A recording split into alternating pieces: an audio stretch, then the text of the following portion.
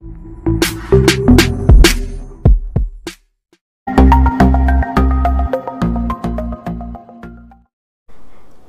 అండి, ఎలా ఉన్నారు అందరూ? బాగున్నారా? నేనైతే బాగున్నానండి. మీ అందరికీ అమ్మవారి ఆశీస్సులు ఎల్లప్పుడూ ఉండాలని కోరుకుంటూ ఈరోజు ఒక మంచి వీడియోతో మీ ముందుకు వచ్చాను. ఈ రోజున ఒక పరిహారం గురించి తెలుసుకోబోతున్నాం. ఈ పరిహారం చేసుకోవడం వల్ల ఎలాంటి ప్రయోజనాలు కలుగుతాయి, ఎవరెవరు చేసుకోవాలి, ఎలాంటి వారు చేసుకోవాలి, ఇవన్నీ ముందు తెలుసుకున్న తర్వాత పరిహారాన్ని ఏ రకంగా చేయాలనేది చూద్దాం. ఈ పరిహారాన్ని చేసుకోవడం వల్ల ధన సంపాదన పెరుగుతుంది, ధన మార్గాలు మీకు ఓపెన్ అవుతాయి. మీరు చేస్తున్న పనుల్లో మంచి ఫలితాలు రావడానికి అవకాశం ఉంటుంది.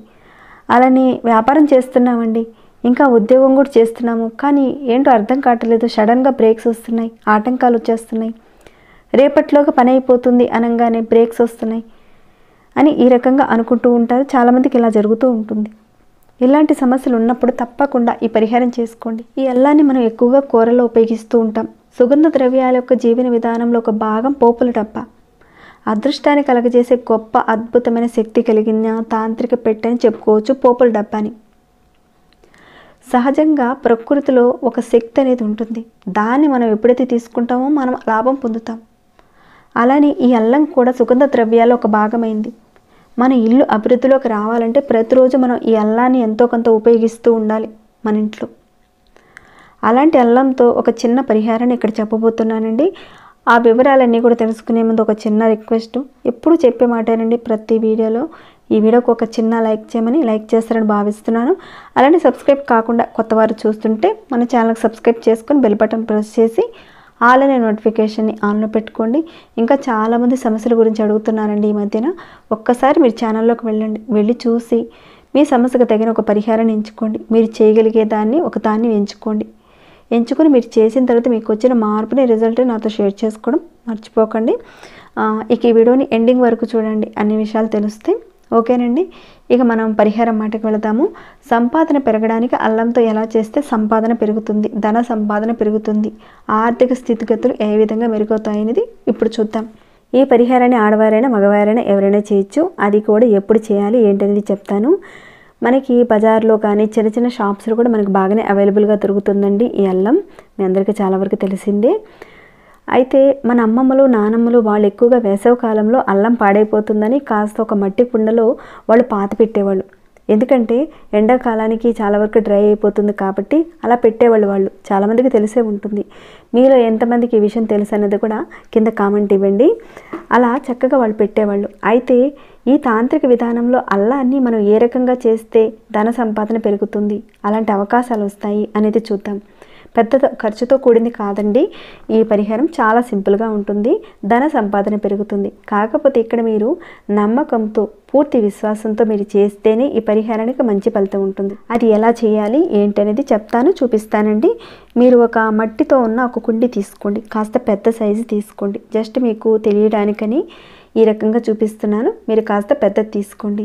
చాలా వరకు అల్లాన్ని పూర్తిగా మట్టిలో పెట్టకూడదు. మట్టి పర్సంటేజ్ ఒక 20% ఉండాలి, ఇసుక శాతం 80% ఉండాలి. అలా మనం తీసుకోవాలి. ఆ రకంగా కుండీ నిండుగా చక్కగా మట్టి తీసుకోండి. ఇక్కడ నేను మీకు బియ్యం పిండితో నక్షత్ర ఆకారంలో నేను వేసి చూపిస్తున్నాను, మీకు అర్థమవుతుందని. ఆ రకంగా మీరు కుండీలో నక్షత్ర ఆకారంలో అల్లాన్ని పాతి పెట్టాలి. మీరు ఖచ్చితంగా బియ్యం పిండితో ఈ రకంగా మీరు నక్షత్రాకారం గీయాలని చెప్పడం లేదండి, మీకు కాస్త తెలియాలని చూపిస్తున్నాను. అదేవిధంగా అల్లాన్ని పాతి పెట్టాలి. ఇప్పుడు చెప్పిన పర్సంటేజ్ వైజ్గా మీరు మట్టిని తీసుకొని కుండీలో చక్కగా పెట్టండి. అల్లాన్ని ఒక 2-3 అంగుళాలు చిన్న చిన్న ముక్కలు తీసుకోండి, అల్లం ముక్కలు సరిపోతుంది. అలానే గొయ్యను కూడా ఒక 2-3 అంగుళాలు గొయ్యను తవ్వి ఇక్కడ చూపించిన విధంగా మామూలుగా అక్కడ ఆ రకంగా పాతి పెట్టాలి. అయితే నక్షత్రాకారం అంటే మొత్తం 5 కోణాలు వస్తాయి. 5 కోణాలకు తగ్గట్టుగా మీరు కుండీలో అల్లం ముక్కల్ని చిన్న చిన్న ముక్కలు ఒక 5 తీసుకోండి. ఇదంతా మీరు ఎప్పుడు చేయాలంటే శనివారం రోజున ఉదయం పూట చేయాలి. కుండీలో కానీ లేదంటే మీకు పెరడు ఉందనుకోండి, పెరట్లో కానీ ఇక్కడ నేను చూపించిన విధంగా ఇదే రకంగా చేయాలి. పెద్దగా కొమ్మలు అనేవి అవసరం లేదండి, చిన్న చిన్న పీసెస్ మీరు పెడితే సరిపోతుంది. నిలబెట్టి కాకుండా ఇలా చక్కగా ఈ రకంగా పెట్టి చేయాలి. మీరు చేసేది ఒక తాంత్రిక ప్రక్రియ, కేవలం శనివారం రోజునే చేయాలి. ఇలా చేసిన తర్వాత అలా వదిలేయకండి. ప్రతిరోజు కాస్త నీళ్ళని చిలకరిస్తూ ఉండండి.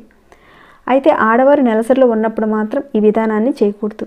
ఇలా చేసిన తర్వాత కొన్ని రోజులకు మొలకలు వచ్చేస్తాయి. ఒక 10 రోజులకు కానీ ఒక వారం రోజులకు కానీ వచ్చేస్తుంది. కంగారు పడకండి రాలేదని. సీజన్ బట్టి కొంచెం అటు ఇటుగా రోజులు మారుతాయి కాబట్టి వారం కానీ 10 రోజుల్లో కానీ మొలకలు వచ్చేస్తాయి.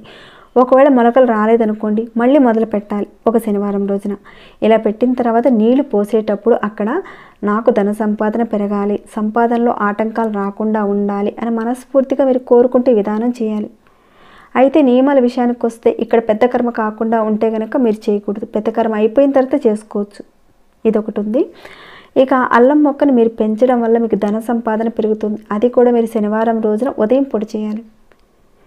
ఇంట్లో ఉన్న వస్తువులతోనే పరిహారాలను చేసుకునే విధంగా మన పూర్వీకులు మన ఋషులు ఇవన్నీ కూడా మనకు చెప్పడం జరిగింది. కాలక్రమేణా అవన్నీ కూడా మనం మర్చిపోతూ వస్తున్నాం. కొందరు అనుకోండి మూఢనమ్మకాలని చెప్పేసి కొట్టిపారేస్తూ ఉంటారు. ఇది నమ్మడమా నమ్మకపోవడమా అన్నది మీ యొక్క నమ్మకం మీద ఆధారపడి ఉంటుంది.